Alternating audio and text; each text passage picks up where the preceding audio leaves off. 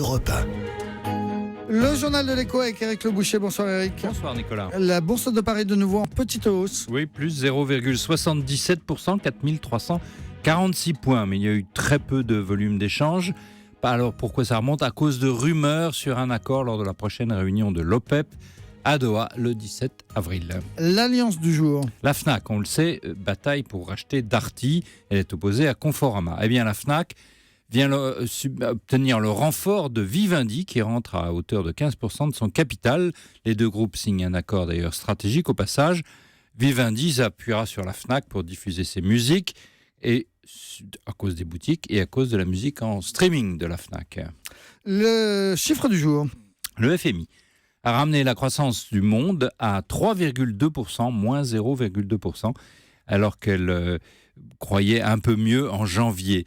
Et puis l'an prochain, ce sera 3,5%, et encore, le FMI hésite beaucoup, donc tout ça est bien mou. La zone euro, ce sera 1,5%, et la France seulement 1,1% d'après le FMI. Le fait du jour, Éric Le Boucher, c'est la France qui emprunte à des taux historiquement bas, et du coup, la charge de la dette coûtera 2 milliards de moins que prévu. Merci à ces taux. La France devrait être en fait sanctionnée pour sa politique économique hésitante et disons peu rigoureuse.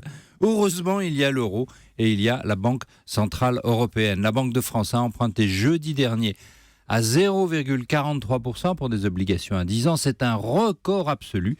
Du coup, la France, vous l'avez dit, versera moins à ses créditeurs 2 milliards d'économies que le gouvernement s'empresse de dépenser pour les étudiants, 400 millions, pour les agriculteurs, pour les fonctionnaires, etc. Le tout à visée électorale. La France devrait être corsetée à cause de sa dette de 2100 milliards.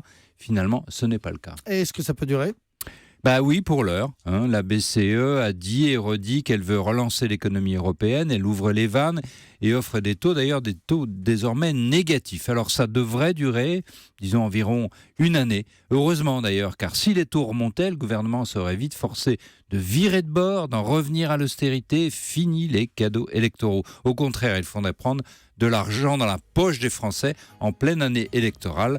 François Hollande a beaucoup de chance d'avoir l'euro et il peut dire merci à Mario Draghi à Francfort. Merci beaucoup, c'était Éric Le Boucher.